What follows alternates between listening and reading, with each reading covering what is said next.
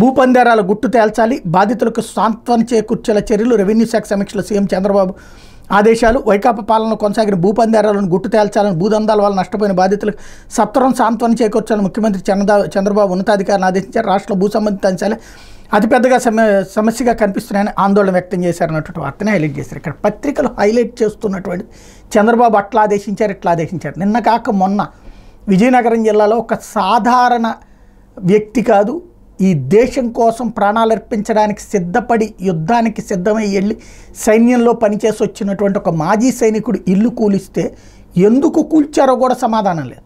అట్లాగే అనేక చోట్ల ఇళ్ళు కూలుస్తున్నారు, అట్లాగే దుకాణాలు కట్టినవి కూల్చేస్తున్నారు. వాటికి సంబంధం కూడా లేనటువంటి విధంగా ఉంది, సమాధానం కూడా లేదు. పేదల ఇళ్లకి సంబంధించినటువంటి విషయంలో ప్రకటనలు ఆర్భాటంగా ఉంటున్నాయి, ఆచరణ అసాధ్యంగా ఉంటుంది. దీని సంగతి ఏంటన్నటువంటిది ఆలోచించుకోవాల్సింది. లేకపోతే పద్మవ్యూహంలో అభిమన్యుడిలా దేశం అంతటా భయాందోళనల వాతావరణం, యువత, మహిళలు, రైతులు, చిరు వ్యాపారుల విలవెల, రాజకీయ వ్యాపార గొత్తాధిపత్యం లక్ష్యంగానే కేంద్ర బడ్జెట్, లోక్సభలో రాహుల్ ధ్వజం, ప్రధాని మోడీ, అమిత్ షా మరో విమర్శలు అన్నటువంటి వార్తని హైలైట్ చేశారు. మరి ఆయన ఏం మాట్లాడతాడో ఆయనకైనా అర్థమవుతుందో లేదో తెలియదు.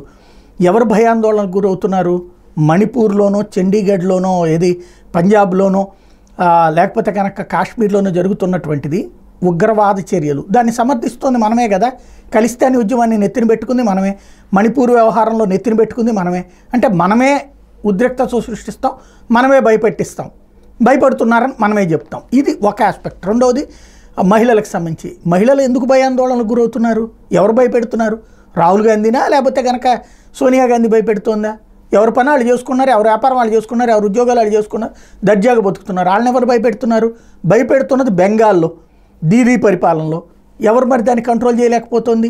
ఐఎన్డీఏ కూటమిలో ఆమె భాగస్వామి. కేరళలో అక్కడ ఐఎన్డీఏలో కూటమిలో భాగస్వామి.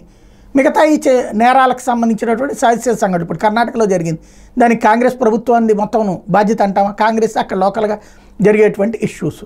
ఏం మాట్లాడతాడో ఆయనకే అర్థం కాదు. మూడోది రైతులకి ఏంటి ప్రాబ్లం? దేశవ్యాప్తంగా ఉండే సమస్య ఎప్పుడూ ఉంటుంది. కొత్తగా వచ్చేటటువంటి భయాందోళనలు ఏంటి?